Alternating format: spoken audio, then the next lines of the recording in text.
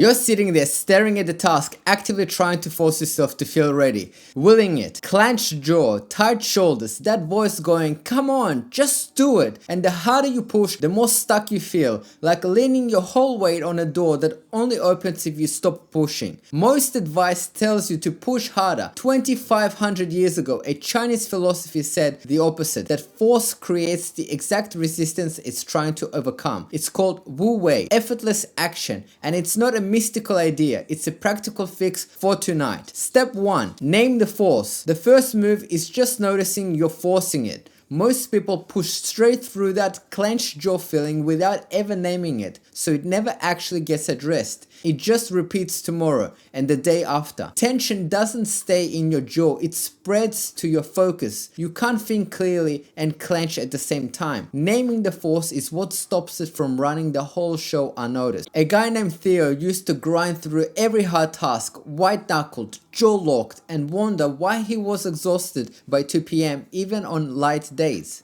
The day he started catching himself mid-clench and just naming it out loud, I'm forcing this, the exhaustion dropped before anything else about his routine changed. Quick action right now, notice one place you're physically tense while trying to start. Jaw, shoulders, hands, and consciously unclench just that one spot. At your desk, drop your shoulders away from your ears. At the gym, unclench your grip on the bar between reps, not just during rest. Step 2. Drop the grip. Wu Wei doesn't mean doing nothing. It means stopping the specific kind of effort that fights against the moment instead of working with it. Dropping the grip is physical, not mental. You release the tension before you try again, not after you succeed. A relaxed body has more focus available than a tense one. Force doesn't just feel bad, it steals the exact resources you need to actually do the task well. Quick action. Take one slow breath, drop your shoulders on the exhale, and check if the task feels even slightly less impossible. At a desk, do this before opening the document, not after you've already stuck in it. Step 3. Find the open door. If a task is locked shut, no matter how hard you push, Wu Wei says stop pushing that specific door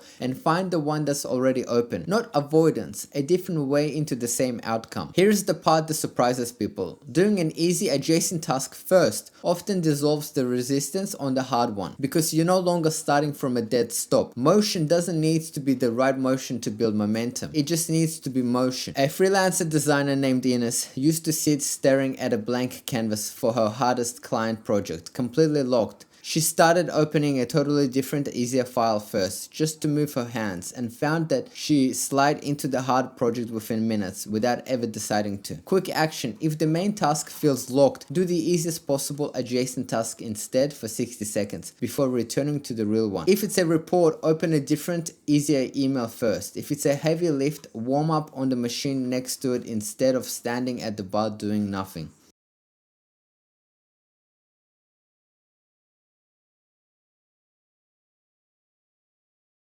That shift from force to flow is the entire teaching in one moment. You don't push a door that's already open. Quick action. Go back to the task you were forcing and notice out loud, if you need to, whether it feels different now than it did a few minutes ago. At your desk, just start typing without checking if you feel ready. At the gym, walk back to the bar and lift without the internal prep talk first. You don't need to force yourself into everything. You need to stop fighting doors that were never going to open by pushing harder. If this helped, comment Wu Wei below. And knowing when to stop forcing something still assumes you trust yourself enough to follow through once the doors open. That's next. What happens when the promise you make to yourself keeps quietly breaking?